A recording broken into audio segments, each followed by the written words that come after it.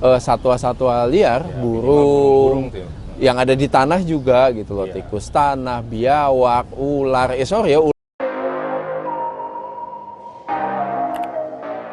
Jadi hari ini kita mau ngebahas mengenai ruang terbuka hijau ya. RTH. RTH ya, terkait dengan KDH juga. Ya. Di lokasi kita nih sekarang lagi di Eco Park nih. Bukan. Oh bukan ya? Salah. Salah. Ini Taman Lalu Lintas. Taman Lalu Lintas ya. Adanya memang bersebelahan dengan Tebet Eco Park. Oh iya. Nah, Yang sebenarnya harusnya terkoneksi, tapi entah kenapa ada pagar gitu. Jadi pintu akses masuknya sekarang berbeda.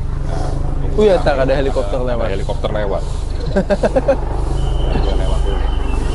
Nah, jadi mungkin bisa cerita sedikit ya, Pak Andes.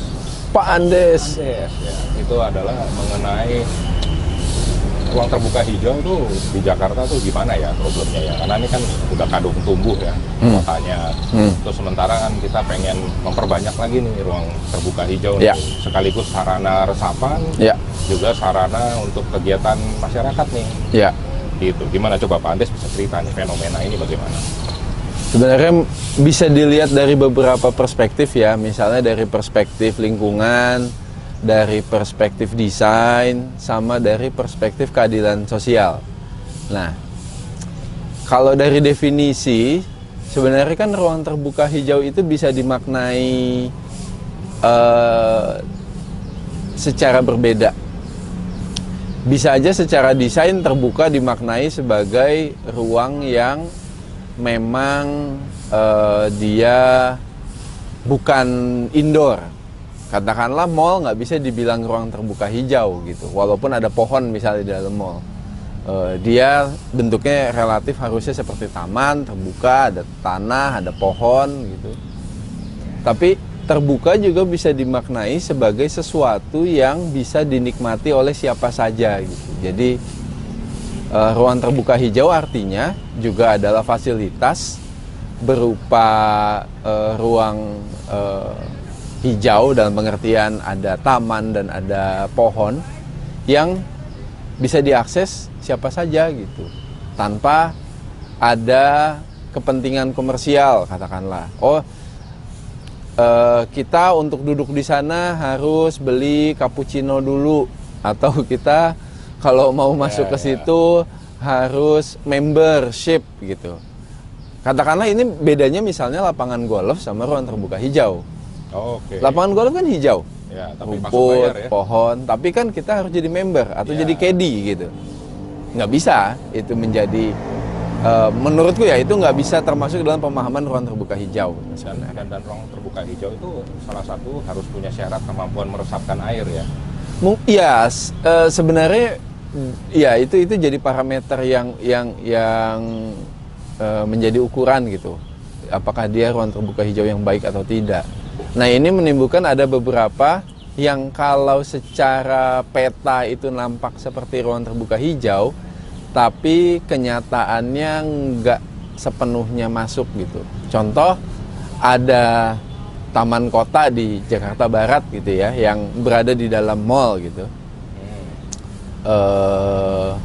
Yang namanya mirip sebuah taman di New York.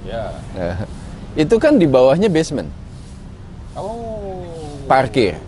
Ya, dia ruang terbuka tapi mungkin kelihatannya banyak pohon, tapi di bawahnya basement. Nah, apakah itu ruang terbuka hijau atau tidak? Sebenarnya dia menjalankan fungsi untuk menghasilkan oksigen. Ada pohon.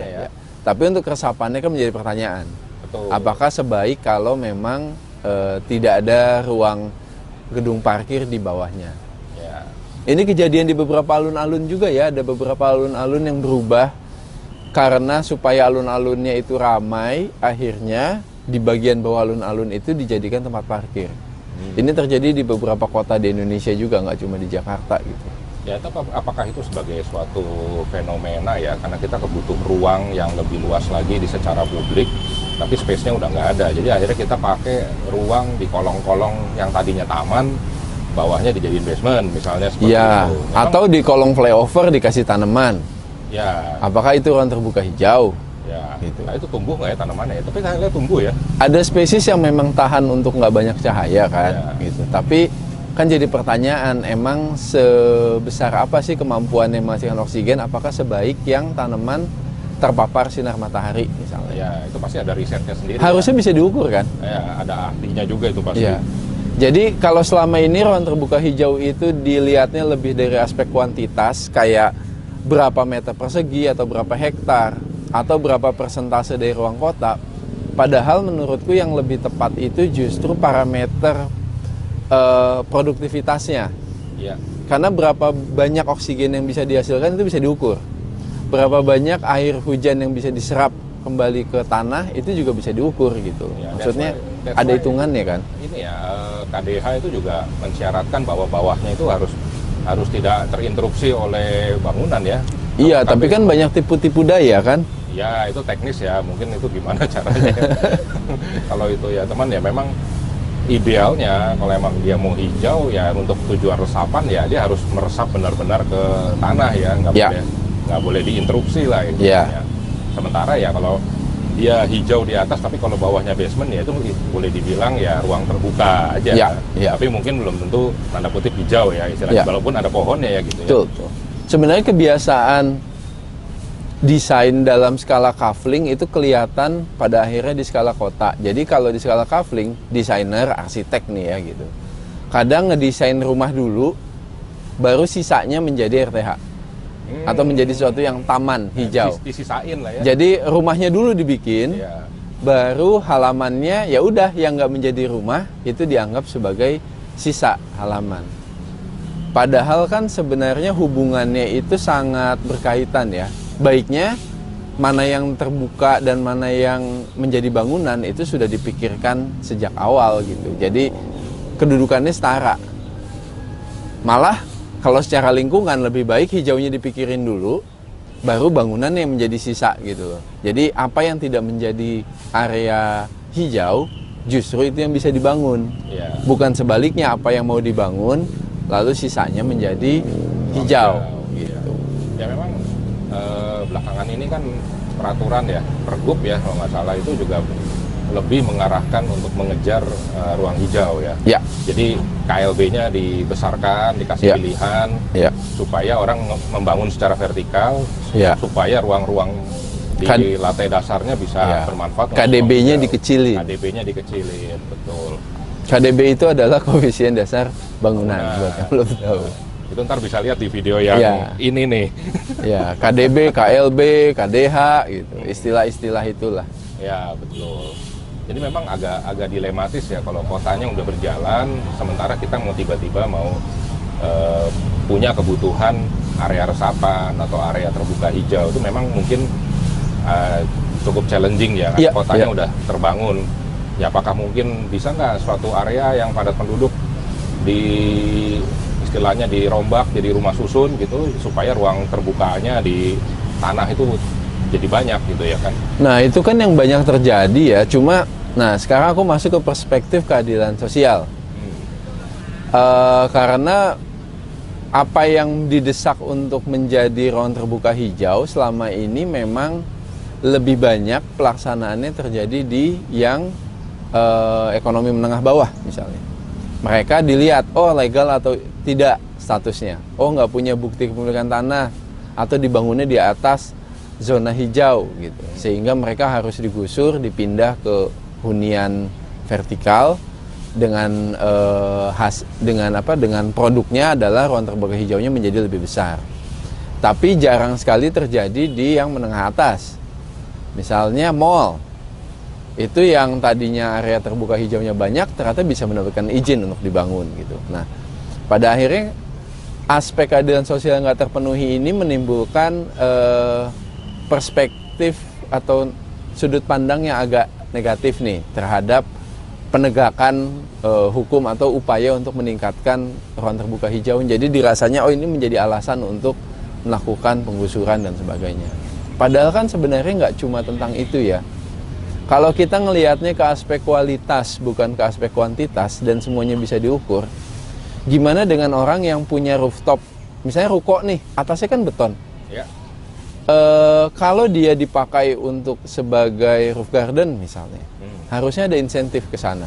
Ya, Karena meskipun dia tidak meresapkan tidak air. memiliki tanah yang bisa ditanami, tapi ada faktor oksigen yang bisa dihasilkan dari situ. Ya, Dia menyumbang. mengurangi panas, dan ini terjadi di kota-kota yang sudah sangat padat. Jadi mindset tentang RTH-nya nggak lagi sesuatu yang harus ditanam di tanah, Iya. tapi bisa sesuatu yang diukur dari berapa banyak oksigen yang dihasilkan, berapa banyak karbon dioksida yang diserap dari bangunan itu. Dan itu ditaruhnya bisa di fasad, bisa di rooftop, atau konsumsi energi bangunan yang sangat rendah. Dengan misalnya meminimalisir penggunaan listrik buat pendingin udara misalnya. Ya. Listrik untuk lampu dan sebagainya. Nah, itu harusnya kita mulai bergeser sih kalau menurutku, nggak lagi berpatokan oh ya udah hanya sekian persen tanah itu harus ditanami. Itu penting karena ada kualitas tadi resapan air yang masih berbeda kan, tapi menurutku harus lebih ke aspek kualitasnya ya. Jadi apa ya, saran-saran Pak Andes nih sebagai seorang arsitek ya kan? Tidak bisa pakai Nggak apa-apa. Lu pakai APH. Udah jadi api. Anda sebagai seorang warga Indonesia, warga Jakarta. Sarannya adalah apa sih saran yang paling praktikal ya? Karena kan keadaan kotanya udah padat. Sementara ruang terbuka hijau harus ditambah. Nah, sekarang pemekaran ruang terbuka hijau ini mau gimana? Apakah bangunan-bangunan tertentu yang udah nggak layak huni didemolis terus dibangun vertikal jadi lebih tinggi? Apakah ada ketentuan seperti itu? Ataukah mungkin ada warga-warga yang harus dipindahkan ke kota lain, ya kan? Nanti bekas-bekas hunian yang di sini didemolis untuk dijadiin ruang terbuka hijau lagi. Karena kan pasti kan ada standar minimal suatu kota untuk memiliki ruang terbuka hijau ya, yang bisa dijadikan resapan ya. Kalau nggak salah berapa ya? Berapa Harusnya persen ya? 30%, 30%. tapi dalam RDT RDKI yang terbaru udah berkurang sampai hanya ke belasan persen. Ya, dan mungkin baru tercapai berapa persen juga Ya, kan? kenyataannya paling 10%-an lah, kayaknya Ya. kurang bahkan. Nah, makanya sekarang memang kalau untuk resapan kita harus struggle lebih banyak ya, karena Ya. kan menyangkut permukaan tanah yang ke cover bangunan. Tapi Ya. istilahnya kalau jika nggak ada yang terbuka benar-benar ke permukaan tanah, apakah misalkan dengan bangunan yang ada, apakah semua atap diganti dengan tanaman gitu misalkan, apakah semua ini diganti dengan sesuatu yang bisa menghasilkan oksigen. Jadi parameter penilaiannya udah nggak lagi seberapa banyak air yang bisa diresap, tapi berapa banyak oksigen Ya. yang bisa dihasilkan. Ya. Gimana? Silakan Pak Andes. Nah, sebenarnya yang luasan kota paling banyak digunakan sebagai non RTH itu dari melihat secara peta ya, itu terbanyak tuh jalan, bukan bangunan loh. Jalan raya. Jadi kota itu ternyata menghabiskan sebagian besar wilayahnya itu hanya untuk menjadi jalan raya. Kalau jalan raya ini bisa diperkecil dalam pengertian orang didorong untuk menggunakan transportasi umum, lalu lebar jalannya bisa dikurangi, itu bisa menambah ruang terbuka hijau yang cukup signifikan dibandingkan misalnya dengan mengubah kawasan yang sudah menjadi hunian, baik itu legal maupun ilegal gitu ya, menjadi RTH. Itu sebenarnya lebih efektif gitu. Jalan, infrastruktur yang sifatnya sangat masif dan menutup tanah menjadi beton atau aspal. Itu harusnya bisa dikurangi, dan ini udah terjadi di banyak sekali kota di dunia gitu. Ketika moda transportasinya beralih dari kendaraan pribadi ke transportasi umum atau berjalan kaki, itu ada banyak ruang yang bisa diubah menjadi RTH. Itu satu. Yang kedua, sebenarnya yang diperlukan dari RTH di Jakarta adalah kawasan hijau yang menghubungkan taman-taman yang sudah ada. Jadi orang bisa mengalami RTH ini tidak dalam bentuk kantong-kantong hijau, tapi pengalaman menyeluruh gitu loh. Karena dari satu taman ke taman lain itu terhubung melalui juga taman yang berupa koridor. Ini kalau kita ke kota-kota lain di Asia Tenggara bahkan itu sudah dilakukan gitu. Kayak di Saigon gitu. Itu antar taman-tamannya kehubung dengan taman kecil yang panjang gitu.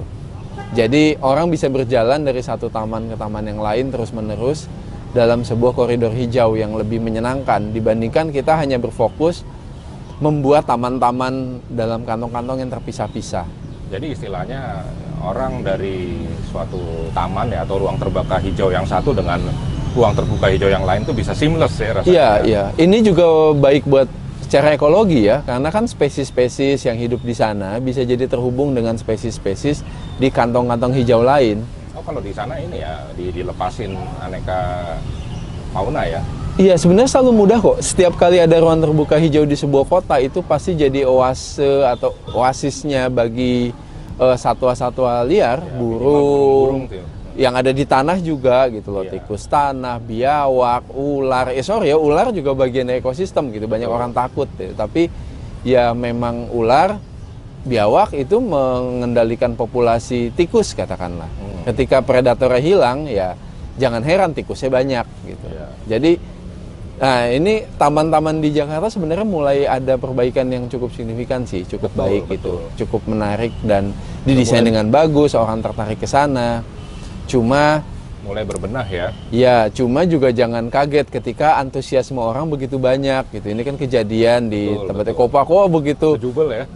Tamannya bagus, dibuka ramai semua, tapi kan jadinya gagap gitu. Iya, Akhirnya betul. mengatasinya bingung, akhirnya dibuat pagar, akhirnya ada jam masuknya harus pakai aplikasi dan sebagainya.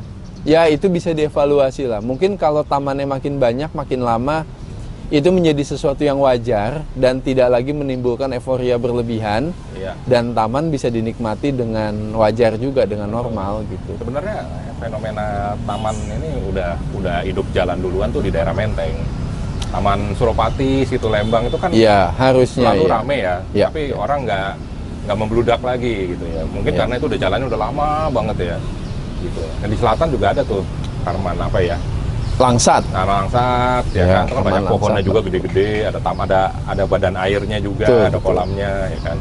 Itu memang yang udah lama memang udah ada, cuman ya tinggal sekarang diperbanyak nih, ya kan. Diperbanyak dan dihubungkan Tingkatkan satu kualitasnya sama dan lain. dihubungkan, gitu loh. Nah, cuman kalau ngehubungin ini ya, kalau titik-titik tamannya itu terlalu jauh, how come ya? Gimana caranya? Yang paling penting justru taman itu terhubung dengan simpul transportasi publik gitu. Oh. Jadi sama stasiun terdekat, halte busway terdekat, itu harusnya punya koridor yang nyaman gitu. Orang nggak terputus ketika turun di halte, ke taman itu sudah langsung taman gitu. Langsung tahu nih gue mesti jalan ke sini atau ke sana. Ya. Terus konsep sebenarnya yang disebut apa? Mixed use development gitu ya, harusnya juga memasukkan taman hijau itu ke dalam hal tersebut. Kita nggak bisa cuma hidup di kota sebatas hunian komersial gitu, jasa dalam satu tempat. Kita perlu taman. Iya. Yang punya keluarga harus bawa anak-anaknya untuk rekreasi, jadi nggak cuma ke mall gitu, tapi juga ke taman, lebih sehat, bisa bermain.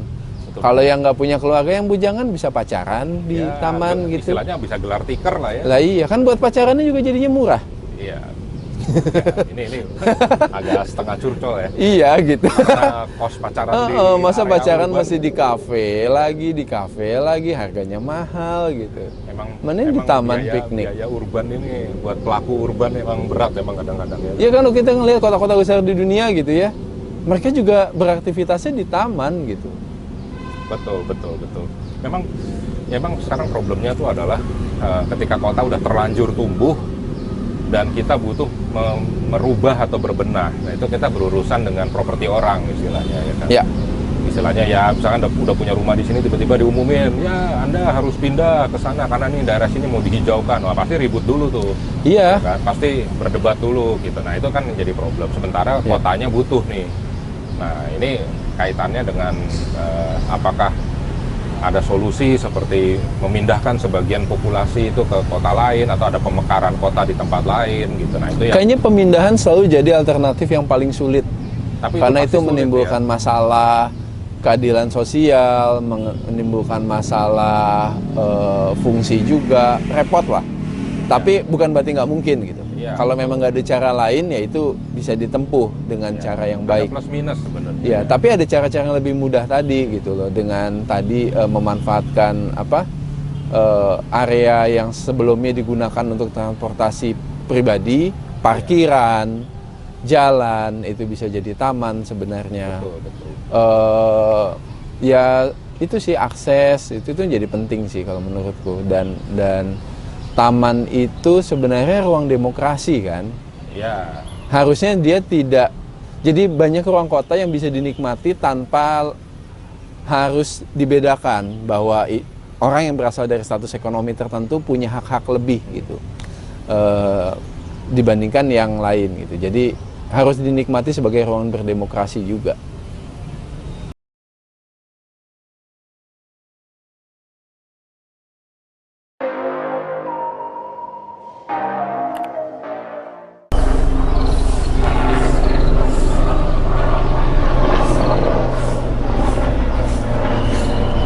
Nah, oke. Jadi Belum. belum ya. Nah, biar dia lewat dulu deh.